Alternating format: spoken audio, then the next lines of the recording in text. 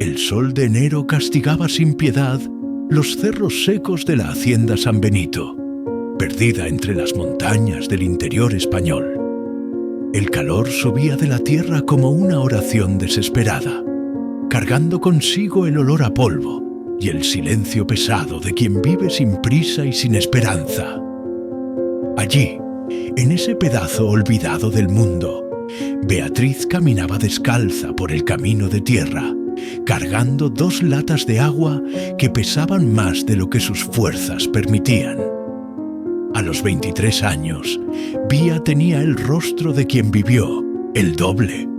Sus ojos castaños guardaban secretos que ni ella misma sabía descifrar, y sus manos callosas contaban la historia de una vida entera dedicada al trabajo. Era la hija mayor de una familia de 8, y desde que tenía uso de razón, su rutina se resumía a servir, callar y obedecer. No conocía otra realidad. Se levantaba antes de que cantara el gallo para encender la estufa de leña, preparar el café colado en la franela y despertar a los hermanos menores. Sebastián, su padre, era un hombre de pocas palabras y mucha dureza. Trabajaba en la hacienda desde niño y llevaba la vida como quien carga una cruz demasiado pesada. Concepción, su madre, había sido bonita algún día, pero los partos sucesivos y la pobreza constante habían apagado cualquier resto de sueño en sus ojos. Si esta historia te está tocando el corazón, déjanos un like y cuéntanos en los comentarios de qué ciudad y país nos estás viendo. Tu apoyo nos ayuda a seguir compartiendo estas historias que nos recuerdan que todos merecemos ser vistos. ¡Vía!, gritó Concepción desde el portal de la casa pequeña de adobe. Esa agua no se va a cargar sola. ¿Quieres que el almuerzo se haga por milagro? Ya voy, mamá, respondió ella, tragándose el cansancio. Sus pies descalzos quemaban en la tierra caliente, pero ella no se quejaba, nunca se quejaba. Había aprendido desde temprano que llorar no cambiaba nada, solo irritaba más a los adultos. La casa donde vivían quedaba en la parte de atrás de la propiedad, lejos de la casa grande donde vivía el señor Augusto Pereira. Era una construcción sencilla, con piso de tierra, paredes de barro y techo de teja que se filtraba cuando llovía fuerte.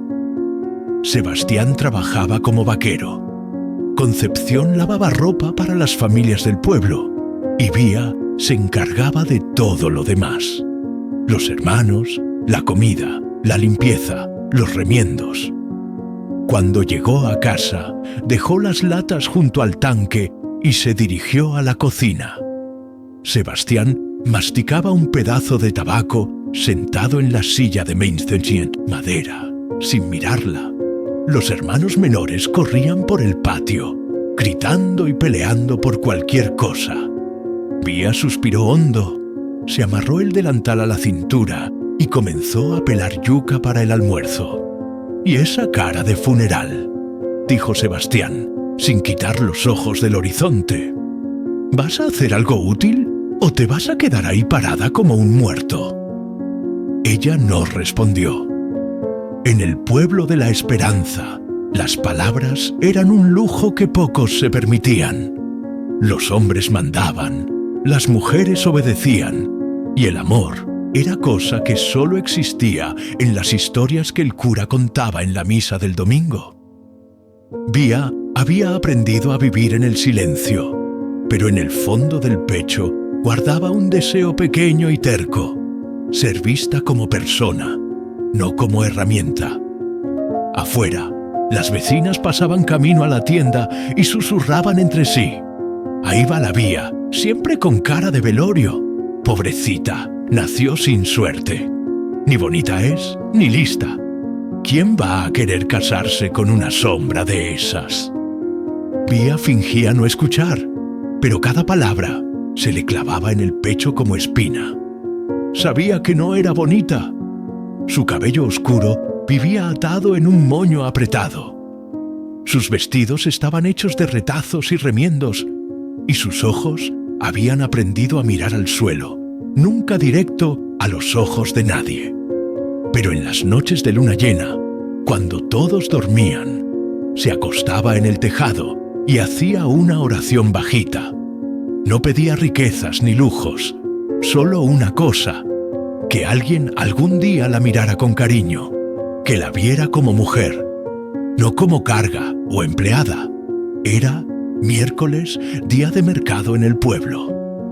Pía se puso su vestido menos remendado, se amarró el cabello con una cinta azul desteñida y preparó una canasta con huevos y 2 gallinas que necesitaba vender en la plaza. El camino hasta el pueblo de la Esperanza tomaba casi 1 hora a pie, y durante la caminata su mente volaba lejos.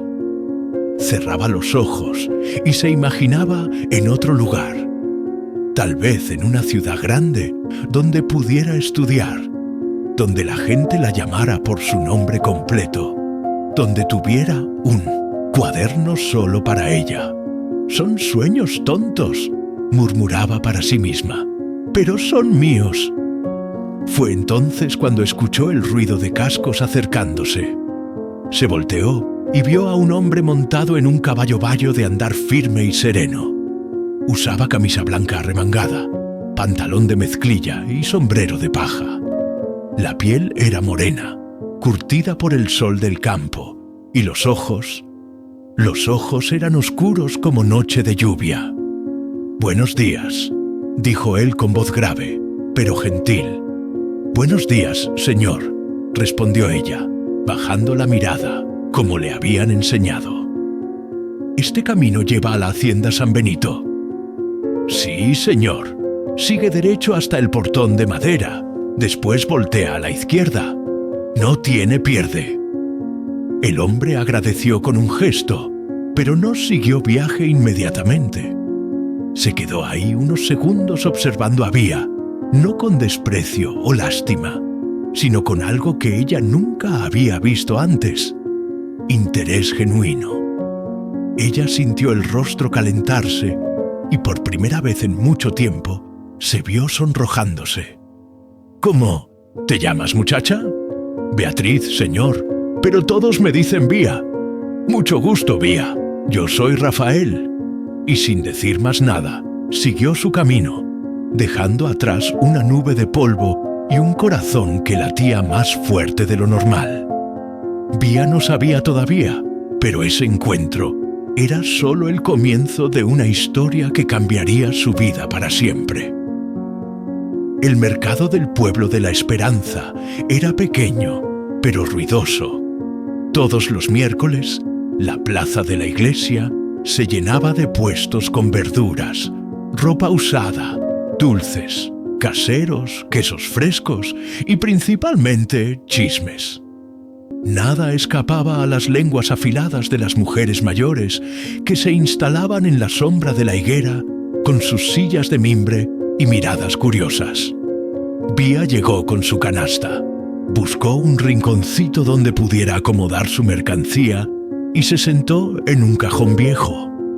No vendía mucho, pero lo poco que conseguía juntar ayudaba a comprar azúcar y queroseno para la casa. Mientras esperaba algún cliente, no podía dejar de pensar en el hombre del caballo, Rafael. Repitió el nombre bajito, como quien saborea un dulce raro. No lo había visto antes en el pueblo, y en el pueblo de la Esperanza todo mundo se conocía desde la cuna. Esa voz firme, el modo respetuoso de hablar, la manera como la miró, no como objeto, ni con lástima, sino como si ella fuera importante. Ese tipo de mirada no se olvida fácil. «Dicen que llegó un administrador nuevo a San Benito», comentó doña Matilde mientras escogía huevos. «Que el viejo don Joaquín finalmente se jubiló».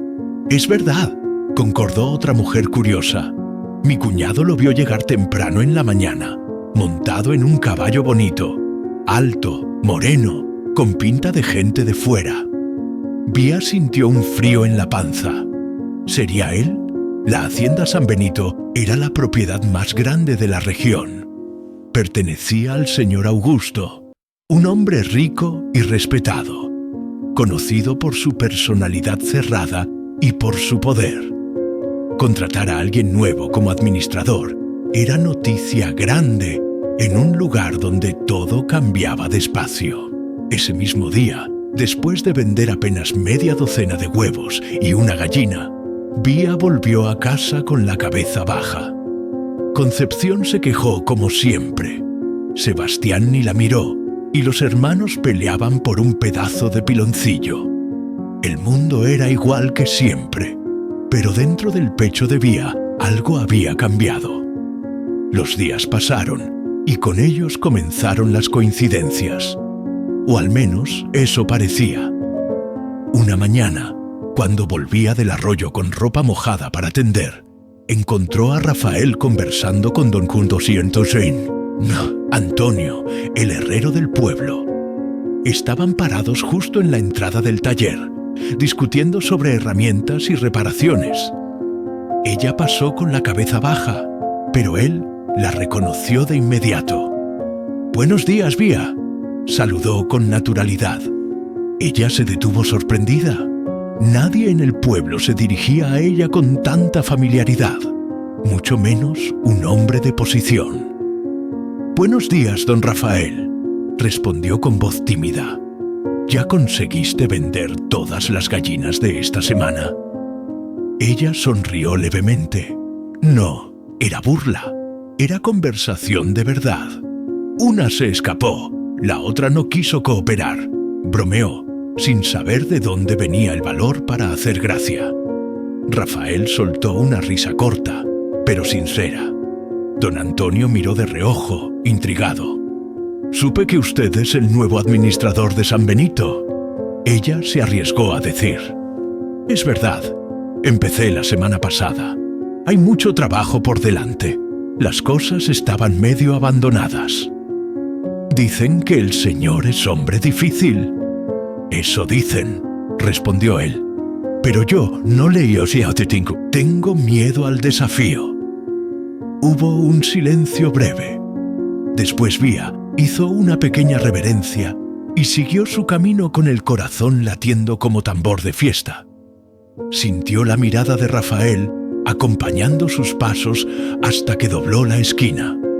De ahí en adelante, los encuentros se hicieron más frecuentes. Rafael pasaba por el pueblo casi todos los días, a veces a caballo, otras a pie. Saludaba a todo mundo con educación, pero con pocos conversaba más allá de lo necesario. Con Vía era diferente. Parecía siempre tener una excusa para detenerse y cambiar algunas palabras. Si la encontraba en el arroyo, le ofrecía ayuda para cargar los bultos de ropa. Si estaba en el mercado, preguntaba el precio de los huevos, aunque no comprara nada.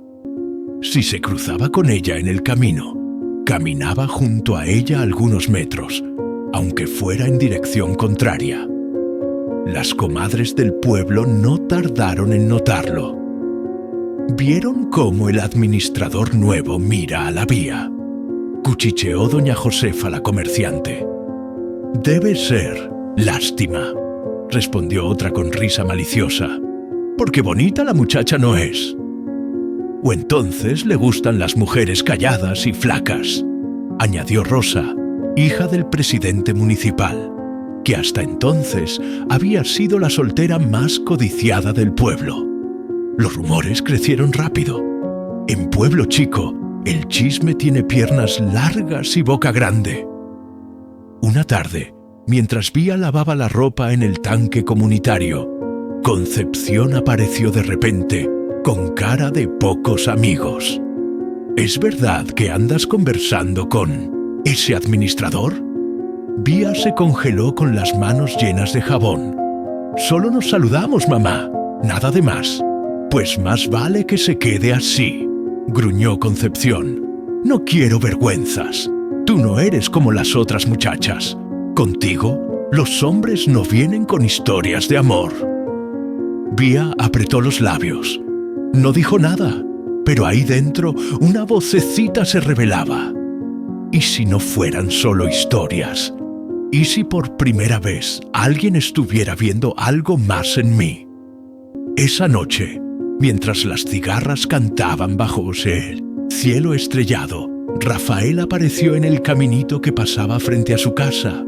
No gritó, no tocó la puerta, solo se quedó ahí parado a unos metros de distancia, con el sombrero en la mano. Vía salió sin saber cómo, pero sabiendo que él estaba ahí. «No vine a molestar», dijo él. «Solo quería ver si estabas bien». «Estoy bien», respondió ella, aunque la voz le temblaba. «Hay algo en ti, Vía, algo que me hace querer estar cerca». Ella bajó la cabeza sin saber qué responder. «Sé que van a hablar», continuó él, «pero a mí no me importa. Si tú tampoco te avergüenzas de conversar conmigo, yo no voy a esconderme». Y con eso dio media vuelta y se fue caminando bajo la noche estrellada. Vía se quedó parada, viendo su silueta desaparecer en la oscuridad. Sin saberlo, acababa de dar el primer paso rumbo a un destino que lo cambiaría todo. El amanecer siguiente trajo nubes cargadas, cosa rara en el pueblo de la esperanza durante el verano. El viento soplaba diferente, trayendo un frescor poco común, y junto con él, susurros que se esparcieron por las ventanas de todas las casas. La visita de Rafael la noche anterior no había pasado desapercibida. Una vecina curiosa había visto su silueta parada bajo la luz de la luna y corrió a contarle a dos amigas que, a su vez, esparcieron la novedad a otras tres. A la hora del almuerzo, el pueblo entero ya murmuraba lo mismo. El administrador de la hacienda San Benito estaba rondando a la muchacha más sencilla del lugar. ¿Habrá perdido el juicio?, preguntaban algunos. Debe querer divertirse un poco y después dejarla en el abandono, decían otros. Vía no era ajena a los comentarios. Cada vez que pasaba por la plaza o por la tienda, sentía las miradas pegadas en ella, algunas de burla, otras de lástima, pero también había algo nuevo: envidia. Por primera vez en la vida, alguien la había puesto en el centro de una historia, y eso, para muchos, era imperdonable. En casa, el clima se puso aún más pesado. Concepción no paraba de soltar indirectas venenosas mientras movía los frijoles o golpeaba la ropa en el tanque. «Mujer decente no anda conversando con hombres en la calle», decía con la cuchara golpeando fuerte en la olla. «Gente decente se guarda». Sebastián casi no hablaba. Apenas miraba a Vía con ese modo frío y distante de siempre, como si ella existiera solo para servir. Pero ahora había algo más en su mirada: desconfianza. Una tarde, sin aviso, Rafael apareció en la puerta de la casa. No vino escondido ni de poquito. Tocó con firmeza y se presentó ante Sebastián con todo respeto. «Buenas tardes, soy Rafael Santos, administrador de la hacienda San Benito. Vine a hablar con usted». Sebastián lo miró de arriba abajo, desconfiado. «¿Y qué negocio puede tener conmigo un administrador?» «Quiero pedir permiso para visitar a su hija, Beatriz. No vengo con mala intención. Tengo interés en conocerla bien». Concepción dejó caer la olla del susto. Vía, que escuchaba desde la esquina de la cocina, sintió las piernas temblar. «¿Conocerla?», repitió Sebastián. «¿Usted cree que esto es subasta de ganado?». «No, señor, pero tampoco vine a jugar. Sé lo que quiero, y si su hija lo permite, me gustaría tener su bendición para cortejarla». El silencio fue total. Hasta los perros del patio dejaron de ladrar. «Ella no tiene dote», dijo Concepción con dureza. ni estudios, ni familia importante, ni belleza. ¿Qué va a hacer con una muchacha así? Rafael respiró hondo. Justamente por eso. A pesar de todo lo que ustedes creen que le falta, yo veo un corazón fuerte, una nobleza que no se encuentra fácil por ahí. Vía cerró los ojos. Nunca nadie había dicho algo así sobre ella. Nunca. Sebastián no respondió en ese momento. Agarró el sombrero, se lo puso en la cabeza y salió sin hablar. «Si quiere perder el tiempo, problema suyo», dijo Concepción, cruzándose de brazos. «Pero después no diga que no le avisamos». Rafael hizo una pequeña reverencia y se retiró con dignidad. Esa noche, Vía no pudo dormir. Sé que quedó mirando las tejas torcidas del techo, pensando en todo lo que había pasado. Quería creer que aquello era real, pero la duda se infiltraba como agua entre los dedos. ¿Y si él se cansaba? ¿Y si era solo un capricho pasajero? ¿Y si todo terminaba en vergüenza? Pero cuando amaneció, encontró una florecita amarilla envuelta en un pañuelo limpio frente a la puerta. No tenía nota, ni la necesitaba. Era la misma flor que Rafael le había mostrado días atrás en el campo, diciendo: «No tiene olor fuerte, ni espinas, pero crece donde nadie más puede, igual que tú». Los días siguientes ganaron un ritmo diferente. Rafael seguía viniendo al pueblo, a veces para trabajar, otras solo para verla, siempre con respeto, siempre con cuidado. Nunca una palabra fuera de lugar, nunca una insinuación maliciosa. A veces caminaban unos minutos al final de la tarde, conversando sobre cosas sencillas. Los pajaritos que hacían nido en la torre de la iglesia, las lluvias que se empeñaban en no llegar, los sueños que nunca habían tenido valor de decir en voz alta. «¿Qué querías ser cuando eras niña?», preguntó él en una de esas caminatas. «Maestra», respondió ella sin dudar. «¿Y por qué no lo fuiste?». «Porque nunca hubo tiempo para eso, ni libros, ni permiso». Rafael la miró con cariño. «Todavía hay tiempo, Vía.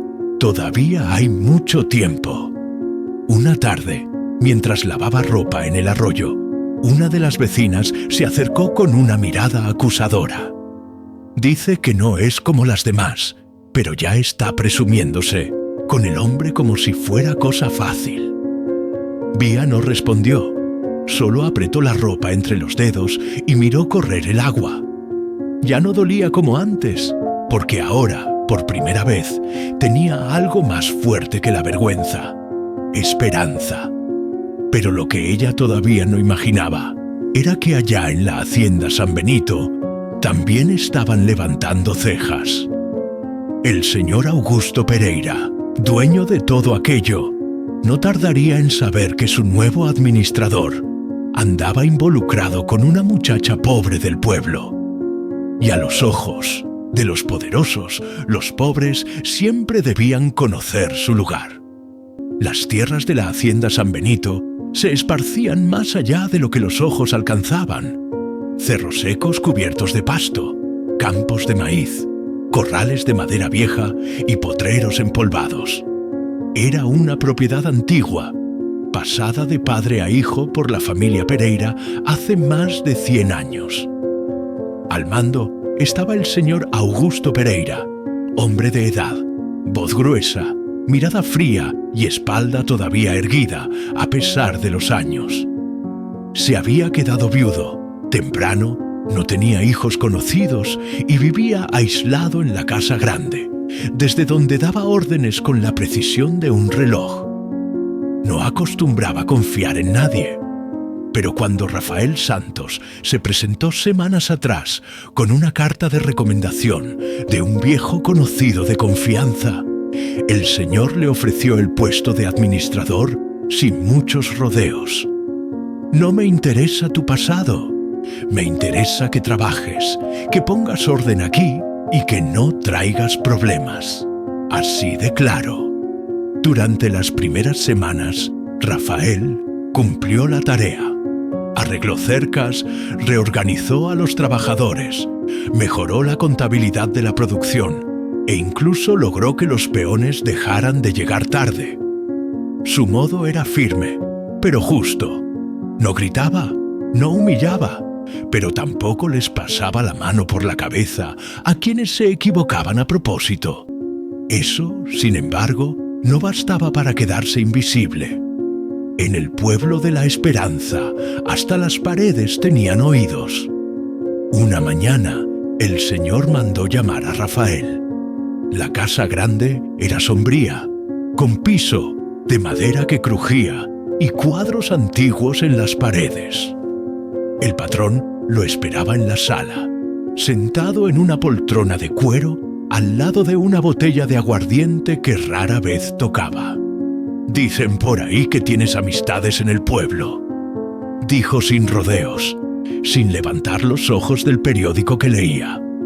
Rafael se mantuvo firme. «Saludo a la gente cuando voy al mercado. No veo problema en eso. No hablo de cualquiera. Hablo de una tal Beatriz, hija de Sebastián, la mayor de 8.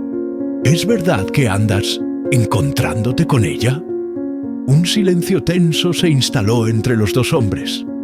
«Es verdad, señor», respondió Rafael con calma. «Tengo interés en ella. Es una buena muchacha». El señor dejó el periódico sobre la mesa y lo encaró, entrecerrado los ojos. «Buena muchacha. Una niña sin estudios, sin apellido, sin futuro». «Tal vez no tenga nada de eso, pero tiene dignidad, señor. Y eso no se enseña en ninguna escuela». El patrón se inclinó hacia adelante, apoyando los codos en las rodillas. «No, contraté a un administrador para que se enamorara de una empleada. Aquí no es lugar de novela de folletín. La gente habla y a mí no me gusta ser tema de chismes». «Con el debido respeto, patrón, no estoy pidiendo permiso para amar». El señor lo encaró por varios segundos. Después se recostó en la poltrona, respiró hondo y con un gesto de la mano lo despidió. «Puedes irte, pero acuérdate de lo que te dije el primer día. No traigas problemas». Esa noche, Rafael fue a buscar a Vía. La encontró en el patio, sentada en una piedra, remendando una blusa con manos cansadas. «¿Pasó algo?», preguntó ella apenas lo vio. «Hablé con el señor», respondió él sin rodeos. «Ya sabe de nosotros». La aguja que Vía sostenía tembló entre los dedos. ¿Y qué dijo? Lo que diría cualquier hombre rico y viejo, que no estás a mi nivel, que debería buscar a otra. Vía bajó la cabeza. La escena que temía desde hacía semanas finalmente se había vuelto real. «Tal vez tenga razón», murmuró. «No quiero que pierdas el trabajo por mi culpa». «Mira», dijo Rafael agachándose frente a ella, «puedo perder muchas cosas en esta vida, Vía. Un trabajo, un techo, hasta la confianza de un patrón. Pero no quiero perder esto que apenas empezamos. Lo que siento por ti es lo más limpio que me ha pasado en años. Y no voy a dejar que se marchite por miedo». Ella lo miró con lágrimas formándose en los ojos. Por dentro, el corazón gritaba para decir que sí, para creer, para dejarse amar. Pero el miedo todavía apretaba. «¿Y si mañana te cansas? ¿Y si me dejas con la burla de todo el mundo? Entonces seré el cobarde más desgraciado de la historia, pero no voy a serlo». Él tomó su mano despacio. Vía no la retiró. Al día siguiente, los rumores explotaron como pólvora seca. Alguien, tal vez alguna criada de la hacienda, había contado lo que pasó entre Rafael y el patrón. Las versiones corrían como torrente por las calles del pueblo. Algunos lo veían como acto de rebeldía, otros como error imperdonable. «Se le subió a la cabeza al administrador», decían en la panadería. Va a terminar despedido por culpa de una cualquiera. Pero contra todas las expectativas, Rafael no fue despedido. El señor, en su orgullo silencioso, no repitió la amenaza.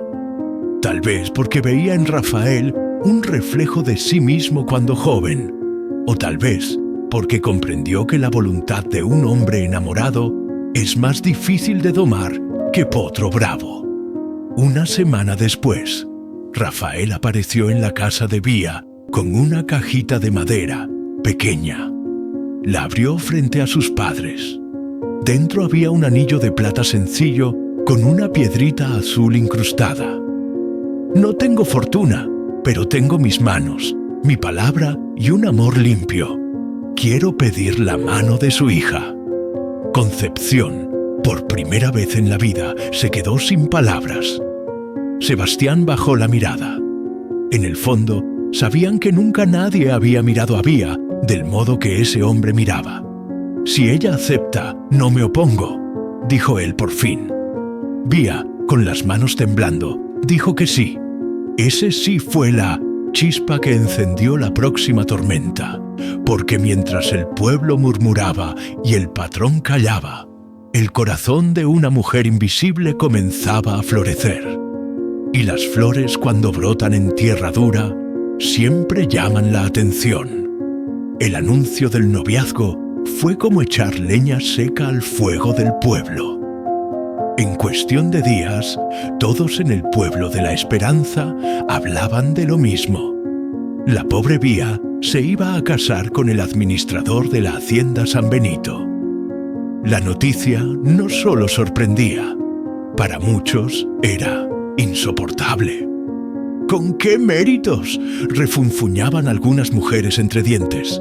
Hay muchachas más bonitas, más arregladas, más educadas.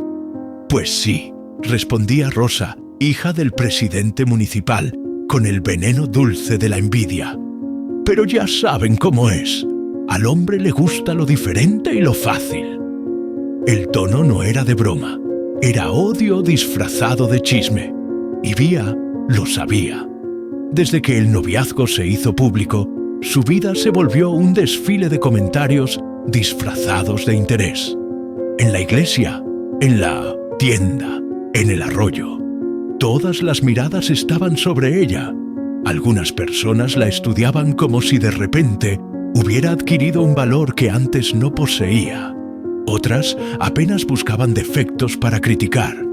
Concepción no ayudaba.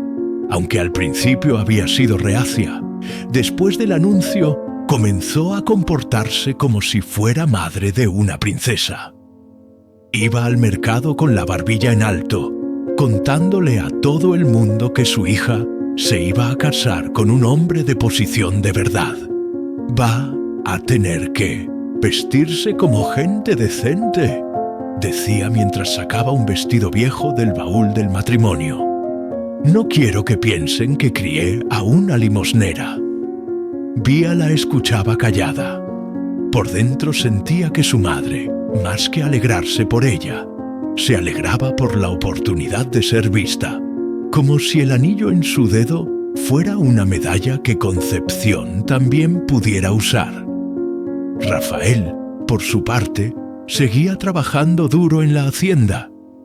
No hablaba mucho del noviazgo con los otros trabajadores, pero se notaba el cambio en su ánimo. Caminaba más ligero, sonreía de vez en cuando e incluso se permitía silbar una canción de la infancia mientras inspeccionaba los corrales.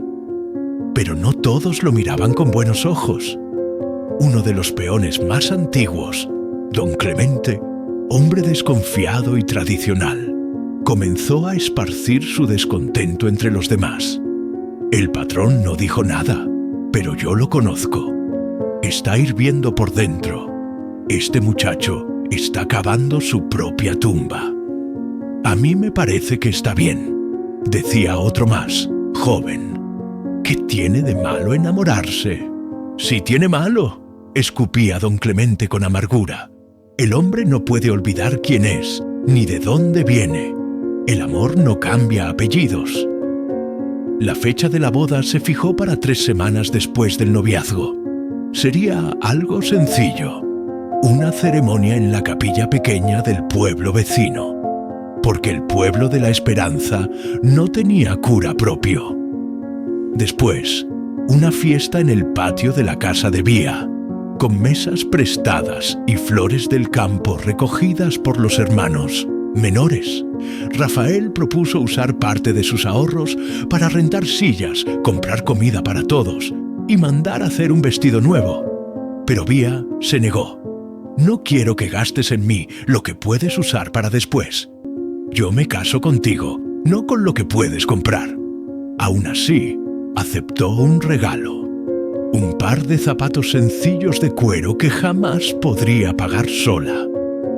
Se los probó en secreto una tarde cuando no había nadie en casa y caminó frente al espejo rajado del cuarto. Nunca antes se había sentido tan alta ni tan mujer. El día de la boda amaneció con sol firme y cielo limpio. Vía despertó antes del alba. Las vecinas, ahora repentinamente simpáticas, llegaron para ayudarla a arreglarse. Le pusieron flores frescas en el cabello y le prestaron un poco de colorete y labial que usó con timidez. Hasta que quedó pareciéndose a gente, dijo Concepción con media sonrisa. Para Vía, cada minuto era irreal. Sentía que caminaba dentro de un sueño que no le pertenecía, que en cualquier momento alguien la tomaría del brazo y le diría que todo era un error, que una muchacha como ella no podía vestir de blanco. Pero la carreta llegó y Rafael la esperaba. Vestido con su mejor camisa, limpia y planchada, zapatos boleados y sombrero en la mano, la miraba como si fuera lo más sagrado que hubiera visto jamás. La capilla del pueblo vecino estaba llena. Algunos fueron por cariño, otros por pura curiosidad, pero todos guardaron silencio cuando los novios atravesaron la puerta. El cura habló poco, las palabras necesarias. ¿Aceptas a esta mujer como tu esposa para caminar juntos en la dificultad y en la alegría? Acepto, dijo Rafael sin dudar. ¿Aceptas a este hombre como tu marido para construir una vida de respeto y esperanza? Acepto, susurró Vía con la voz entrecortada, después más firme. Y fue así, sin lujos, sin violines, sin aplausos grandiosos, pero con verdad, con una mirada limpia y un compromiso que no necesitaba testigos para ser real. La fiesta fue modesta. Frijoles charros, arroz, tortillas, carne de puerco asada y dulce de leche. Los niños corrían entre las mesas, las mujeres reían con vasos de refresco y Rafael no se apartaba de Vía. Esa tarde, por primera vez, ella se sentó en una silla mientras otros la servían. Por primera vez, su nombre no fue sinónimo de lástima. Por primera vez, se sintió dueña de un pedazo de su propia historia. Esa noche, en la casita que Rafael había arreglado en la hacienda, Vía cruzó la puerta como esposa. Los dos estaban nerviosos, apenas se tocaban las manos. Rafael le mostró cómo había colgado cortinas nuevas, puesto flores sobre la mesa y preparado una cena sencilla. «No es mucho, pero es nuestro», dijo él. Vía se acercó, lo abrazó y por primera vez en la vida lloró sin miedo, sin vergüenza, sin esconderse, porque ahora no lloraba por lo que faltaba, lloraba por todo lo que finalmente tenía. Los primeros días de casada fueron como el amanecer después de una tormenta larga. Nada era grandioso, pero todo era nuevo. Rafael salía temprano al trabajo y Vía se quedaba en la casita pequeña, organizando lo poco que tenían. Una mesa rústica, 2 sillas, una cama con sábanas remendadas y una estufa de barro donde cocinaba como había aprendido desde niña. Pero a diferencia de la casa de sus padres, ahí no se gritaba, no se exigía, No se golpeaba el puño en la mesa. El silencio no dolía. Era tranquilo. Era descanso. Los vecinos de la hacienda, otras familias de trabajadores, comenzaron a verla con respeto. Algunos con desconfianza. Ya no era más la niña de Sebastián, era la esposa del administrador. Y aunque ese título no le interesaba, le daba un lugar que nunca había tenido. Todas las tardes, Rafael volvía con los hombros cansados y las manos sucias, pero con los ojos brillando al verla. Vía preparaba tortillas calientitas y un guisado sencillo, y él siempre decía lo mismo: «Huele mejor que la hacienda entera». No conversaban mucho, pero cuando hablaban eran palabras suaves, sin adornos ni miedo. A veces, Rafael contaba historias de otros lugares por donde había pasado antes de llegar al pueblo de la Esperanza, siempre con frases sueltas, siempre con cuidado. ¿Tienes familia en otro lugar?, se atrevió a preguntar ella una noche. «No mucha», respondió él, bajando la mirada. «Mi mamá murió hace años y de mi papá prefiero no hablar». Vía entendió que había heridas todavía abiertas y no insistió. Un día, Rafael trajo una caja de madera con herramientas y semillas. Había conseguido permiso del patrón para usar un pedacito de tierra atrás de la casa. «Podríamos plantar algo. Jitomate, chile, calabaza, lo básico». Vía lo miró sorprendida. «¿Y si no nace nada?». «Entonces intentamos de nuevo, pero algo me dice que esta tierra ya está lista para dar fruto».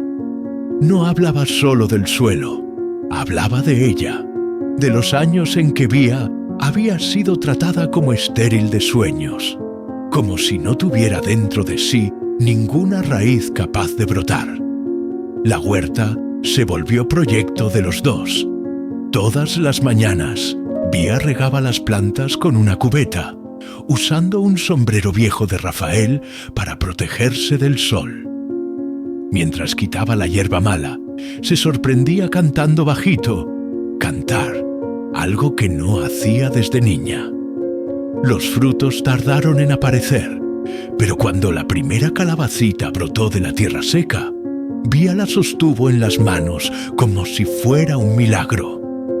«Es solo el comienzo», dijo Rafael sonriendo desde la puerta. Sin embargo, no todo era tranquilo fuera de su casita. El señor Augusto seguía observando, en silencio. No hablaba nada sobre el matrimonio, pero sus ojos lo decían todo. Miraba a Rafael con la misma desconfianza de siempre, como quien espera que el animal manso muestre los colmillos. Y los chismes en el pueblo no habían cesado. «Deben estar peleados con el patrón», decían. «Apuesto a que ya no confía en él.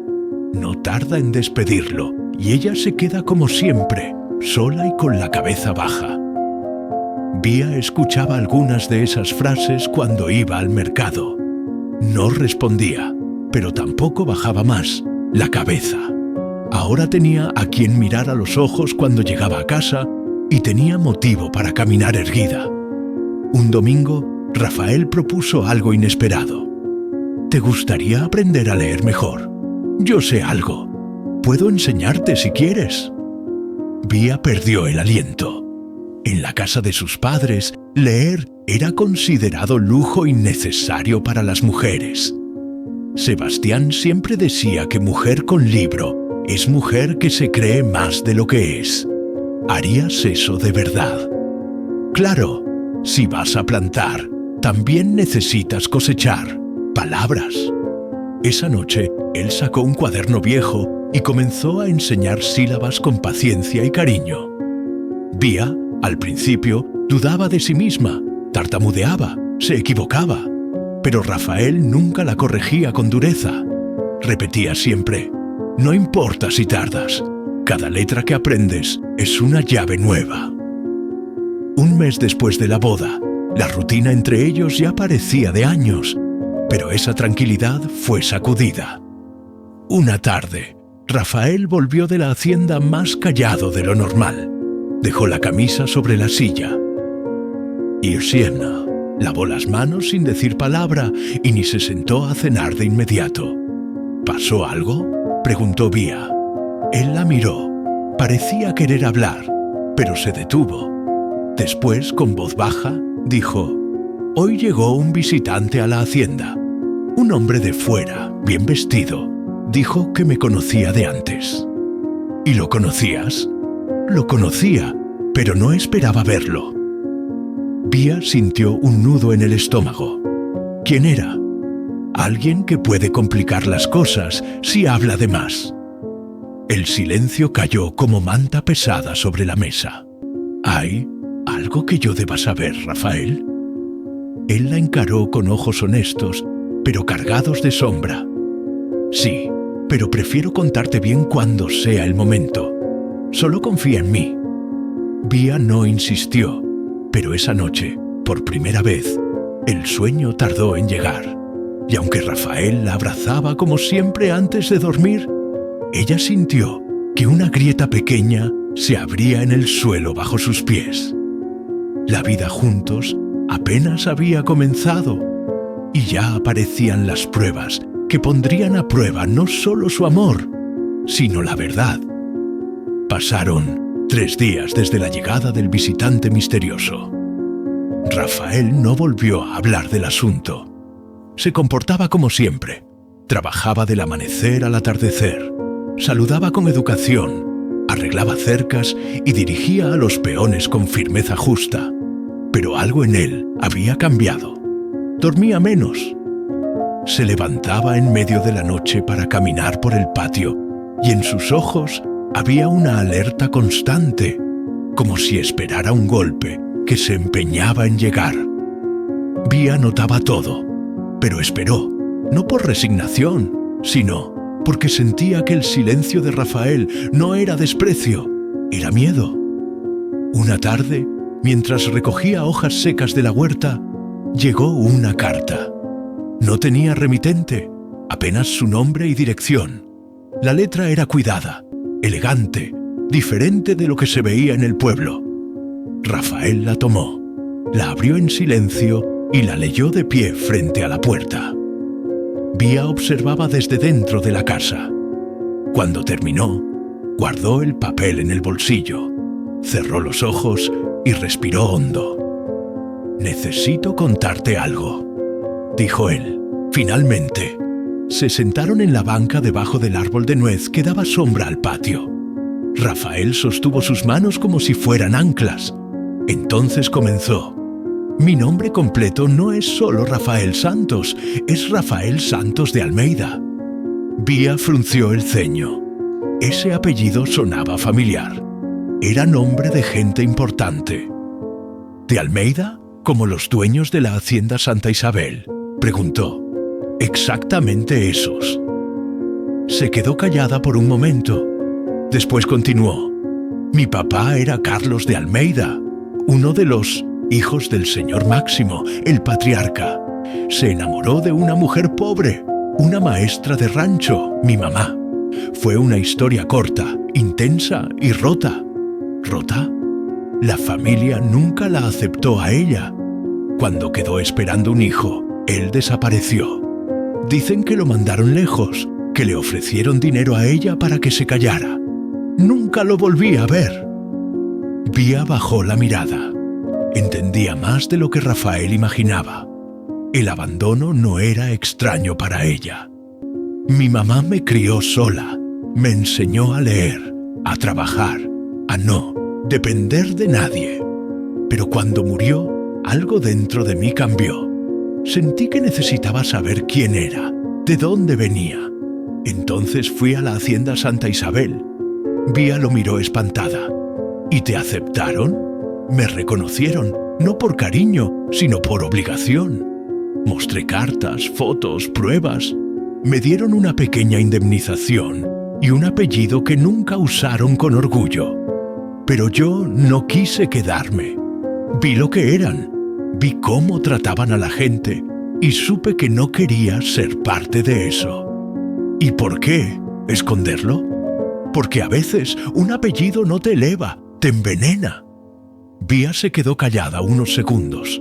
Todo tenía sentido ahora.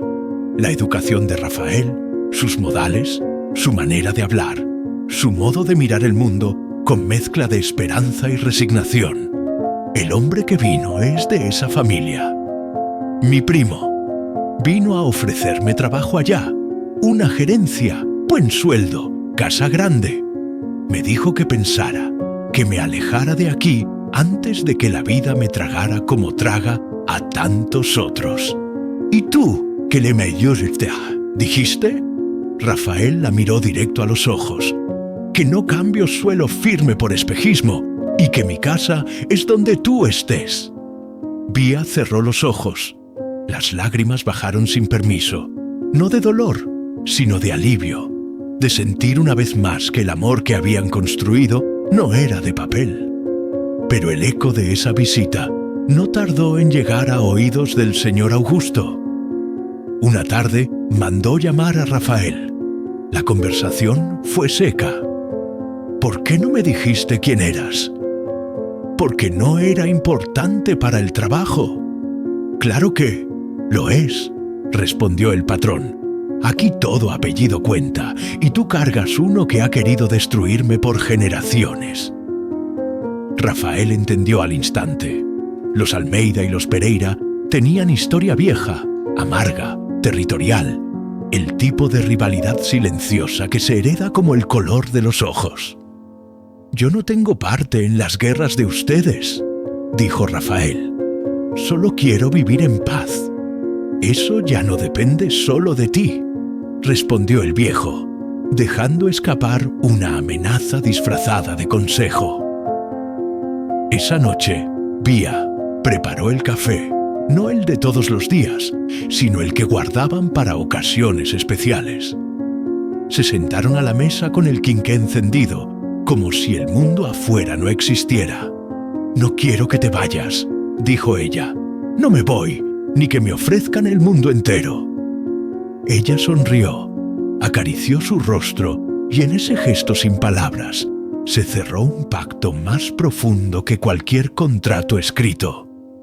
Al día siguiente, algo inesperado sucedió. Una muchacha del pueblo, costurera, apareció en la casa. Traía un sobre pequeño y una invitación. «El señor quiere que ustedes dos vayan a una fiesta en la casa grande. Será dentro de 2 semanas». Vía tomó la carta sin entender. Una invitación para la casa del señor Augusto. ¿Para ella? La costurera añadió antes de irse.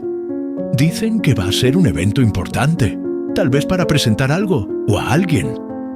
Cuando cerraron la puerta, Rafael frunció el ceño. «Esto no me huele bien. ¿Y si es una trampa? ¿Y si es otra prueba?» Vía apretó la invitación contra el pecho.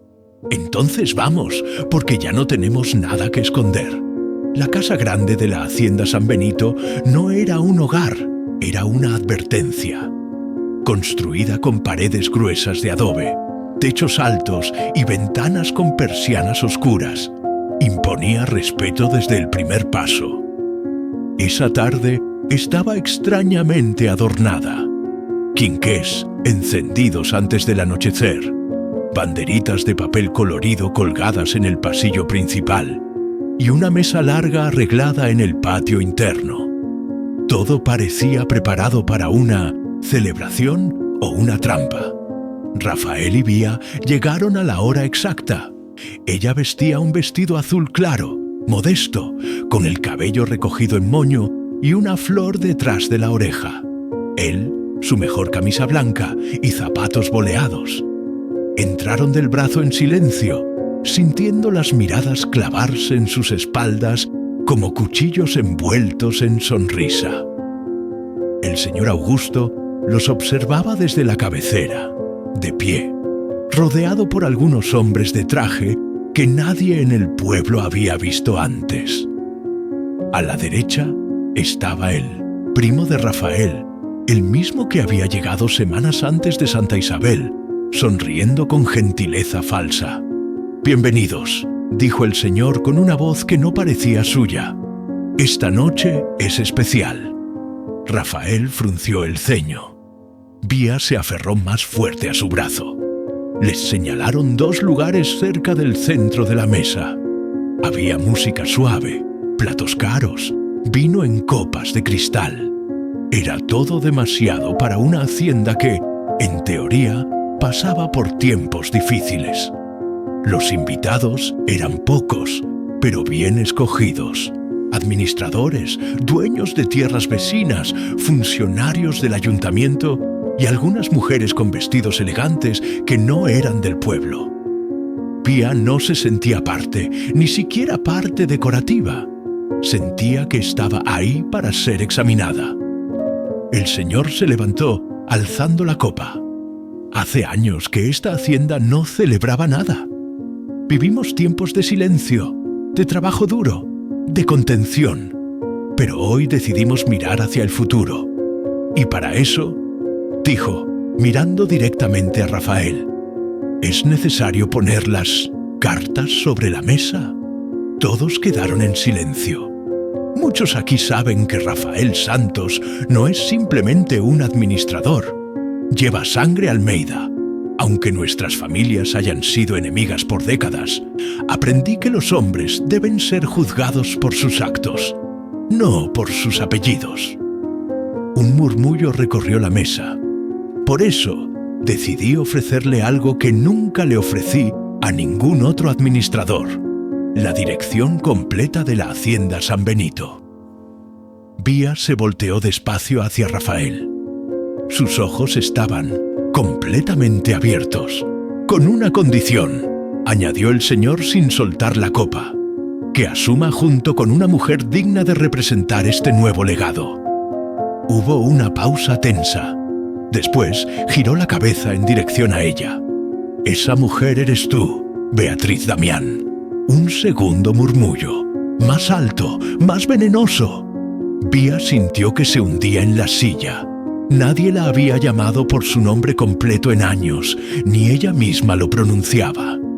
«¿Qué está diciendo, patrón?», preguntó Rafael, levantándose. El señor sonrió por primera vez en la noche, pero no era sonrisa cálida. «Lo que digo es que esta hacienda necesita renovación, y ustedes, por lo que veo, tienen algo que yo nunca tuve: lealtad mutua. Quiero que mantengan eso vivo, que lleven el nombre de esta propiedad a una nueva etapa». «¿Y qué gana con esto?», preguntó Rafael sin rodeos. «Redención, legado, paz», murmuró. «Y la oportunidad de cerrar un ciclo que comenzó mucho antes de que nacieras». Silencio, hasta que una voz del fondo del salón rompió el momento. ¿Y acaso ella sabe quién realmente es? Todos se voltearon. Era uno de los hombres de traje que vino con el primo de Rafael, un abogado. El señor hizo una señal casi imperceptible con la cabeza, y el hombre sacó un sobre.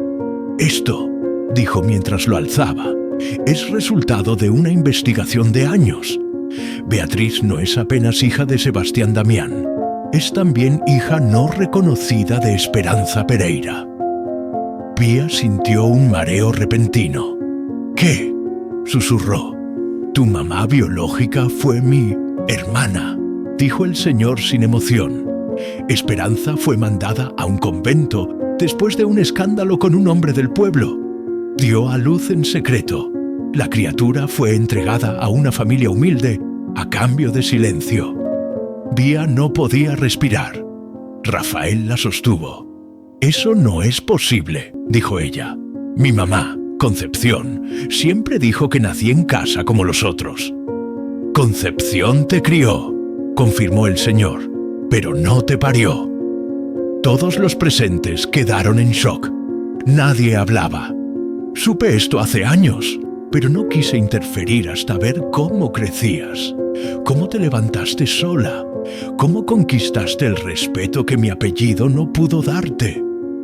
Porque ahora», dijo Rafael con el rostro endurecido, porque me queda poco tiempo y no quiero morir con esta verdad pudriéndose por dentro. Vía se puso de pie. El corazón latía tan fuerte que sentía que iba a romper el pecho. ¿Y espera que le agradezca? No, solo que entiendas quién eres, porque nunca fuiste menos que nadie. Solo naciste fuera del lugar. Correcto. Y esta hacienda, si aceptas, es tan tuya como fue de mi hermana, tanto como será, si quieren, de los hijos de ustedes. El mundo de Vía se derrumbó y comenzó a reconstruirse al mismo tiempo. No sabía si debía gritar, llorar, abrazar a Rafael o salir corriendo. Solo sabía que algo dentro de ella se partía y brotaba algo nuevo. Esa noche, en el camino de regreso, nadie dijo una palabra por largo rato. Hasta que Rafael detuvo el caballo, bajó, se acercó a ella y tomó sus manos. No me importa quién seas, ni de dónde vengas. No me casé contigo por tu sangre, me casé por tu alma. Vía lo miró a los ojos, todavía temblando. Yo tampoco sé ya quién soy, pero contigo puedo descubrirlo. Y se abrazaron bajo un cielo inmenso, sabiendo que la historia de los dos acababa de cambiar para siempre. Las semanas siguientes a la revelación en la casa grande fueron de confusión, susurros y una calma tensa e inesperada. Vía ya no podía caminar por el pueblo sin ser observada. Pero esta vez, las miradas no eran apenas de burla. Había asombro, había miedo, había respeto y principalmente muchas preguntas sin respuesta. Dicen que es sobrina del señor, que la mamá verdadera fue una Pereira, que va a heredar la hacienda entera. Imagínense, una sirvienta volviéndose patrona. Vía escuchaba los comentarios, pero no respondía, porque dentro de ella no había espacio para explicaciones, solo para reconstruirse. Durante días evitó la casa grande. No quiso volver a ver al señor Augusto. No aceptó sus nuevas visitas, ni los regalos enviados, ni las cartas donde intentaba justificarse con palabras cuidadosamente escogidas. ¿No quieres saber más sobre tu mamá?, preguntó Rafael una tarde. Quiero, dijo ella, mirando la tierra de la huerta, pero no como niña abandonada buscando consuelo. Quiero saber como mujer que ya no le debe la vida a nadie. Fue entonces que decidió volver a ver a Concepción, la mujer que la había criado, que la había maltratado, que le dio techo, pero nunca un abrazo. Al llegar, encontró la casa igual, paredes descascaradas, techo de lámina, el mismo olor a polvo y humedad. Concepción la vio desde la ventana, no se levantó para recibirla. ¿A qué viniste? A preguntar si es verdad. La mujer soltó un suspiro largo, bajó la mirada y asintió. Tenías pocos meses cuando doña Esperanza llegó con un trapito blanco y una carta firmada. Dijo que no podía quedarse contigo, que si nosotros te cuidábamos iba a dar una pensión. Yo acepté. Tu papá no estaba. De acuerdo, pero no podía decir que no al dinero. ¿Y por qué nunca contaron? Porque nunca fuiste mía de verdad y no iba a criarte para que un día te fueras con ellos como si nada. Vía sintió la punzada de siempre, pero ya no lloró. Usted me enseñó a resistir, dijo de pie. Y eso, aunque dolió, me hizo fuerte. Pero ya no me debe nada, ni a ella. Y sin esperar respuesta, se dio vuelta y se fue. Esa fue la última vez que pisó la casa donde creció. 2 días después, el señor Augusto mandó llamarla. Esta vez, Vía aceptó. Entró sola en la biblioteca donde él la esperaba. Ya no era la muchacha tímida de espaldas encorvadas. Era una mujer diferente, con mirada directa, palabras medidas y paso firme. Pensé que no vendrías, dijo el viejo parado junto a la ventana. No vine por usted, Vine por ella, respondió Vía. Quiero saber quién fue mi mamá, no por el apellido, por la verdad. El señor la observó unos segundos. Después caminó hasta una gaveta antigua, la abrió y sacó una caja de madera barnizada. La puso sobre la mesa. Aquí están sus cartas, fotografías, algunas joyas, cosas que me pidió guardar, por si algún día ¿qué? Por si algún día era perdonada. Vía lo encaró. El perdón no es suyo ni mío. Yo voy a construir algo nuevo y no lo voy a hacer escondida. A partir de ese día, algo cambió. Vía comenzó a participar en las reuniones de trabajo de la hacienda. Al principio, los trabajadores la miraban con duda. ¿Qué hacía esa mujer flaca, de 29, manos callosas, sentada al lado del administrador, hablando con voz firme? Pero pronto entendieron, porque ella sabía de tierra, sabía de sudor, de días de sol fuerte, de lo que era dividir un pan en 7 pedazos para los hermanos. Y eso no se aprende en libros. Propuso cambiar la distribución de horarios. Reorganizó los turnos de los trabajadores para que pudieran descansar en los días de mercado. Creó un fondo común para gastos médicos. ¿Y quién va a pagar todo eso?, preguntó un contador, desconfiado. Yo, con lo que me pertenece, respondió ella, porque si esta hacienda me dio vida, ahora me toca devolver. Una tarde, mientras dirigía una reunión bajo la sombra del fresno, llegó el notario. Traía un documento oficial, la nueva escritura de la Hacienda San Benito. El señor Augusto había hecho lo impensable. La incluyó como copropietaria. Tú eres la única Pereira que merece llevar el apellido con la cabeza en alto, dijo él. Tomó la escritura, la leyó, la sostuvo firme y dijo algo que nadie esperaba. Entonces voy a honrarlo, pero no como una rica más, sino como alguien que partió las manos para llegar aquí. Esa noche, Rafael la esperaba en la entrada de la casa. Ella bajó del caballo, se acercó y le mostró el papel. «¿Y ahora qué vas a hacer?», preguntó él. Vía lo miró con una sonrisa tranquila. «Ahora vamos a plantar algo más grande». Y juntos, esa noche, comenzaron a escribir un capítulo nuevo, uno donde la muchacha invisible ya no necesitaba ser vista, porque finalmente sabía quién era.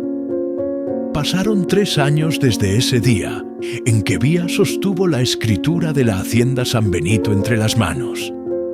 3 años desde que la niña ignorada en el mercado se convirtió en una líder respetada en toda la región. Pero no fue un reinado fácil, fue una siembra constante. Con Rafael a su lado, reorganizó toda la administración de la hacienda. Se sentaba en las mismas sillas donde antes nadie la invitaba a entrar. Escuchaba a los trabajadores como iguales, tomaba notas, aprendía de contabilidad, de leyes, de plantío rotativo, de irrigación, de sistemas cooperativos. Ya no sabía apenas cómo cocinar frijoles para una familia de 7. Ahora sabía cómo alimentar a decenas de familias que dependían de su palabra. Fundaron una escuela pequeña dentro de la hacienda, con una maestra que Vía misma buscó en la capital. Después, abrieron un consultorio médico y enseguida una cocina comunitaria. La tierra no vale nada si solo alimenta a uno, decía ella en las reuniones, y la gente la escuchaba, porque no hablaba desde arriba, hablaba desde la memoria, desde la experiencia, desde los pies descalzos que un día caminaron sobre brasas sin tener agua.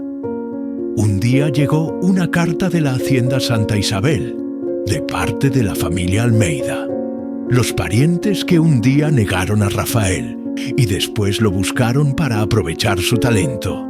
La carta ofrecía sociedad, Acuerdo de tierras, nuevo comienzo. Rafael la leyó bajito y después la rompió en dos sin decir palabra. Vía no preguntó nada. A veces el pasado no merece respuesta, merece silencio. Un evento inesperado sucedió poco después. La muerte del señor Augusto fue un entierro sencillo como él, sin discursos largos ni coronas ostentosas, apenas algunas palabras que Rafael dijo con el sombrero en la mano. Fue hombre difícil, pero supo entregar al final lo que por orgullo había guardado. Después del entierro, Pía se quedó sola frente a la tumba. No lloró, no por frialdad, sino porque entendía que la vida no siempre trae justicia, pero trae oportunidad de cierre.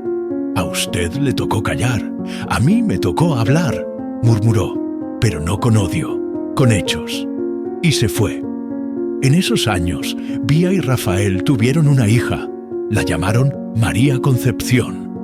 La niña creció corriendo entre los surcos de la tierra, escuchando historias contadas en la sombra del árbol de nuez y aprendiendo desde pequeña que su mamá no siempre tuvo techo, ni trenzas bien peinadas, ni vestidos limpios, pero tuvo dignidad.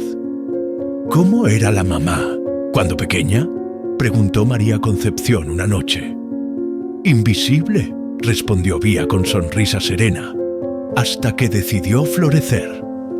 La niña fue a la escuela de la hacienda. Después, años más tarde, a una universidad en la capital. Quería estudiar Derecho Agrario.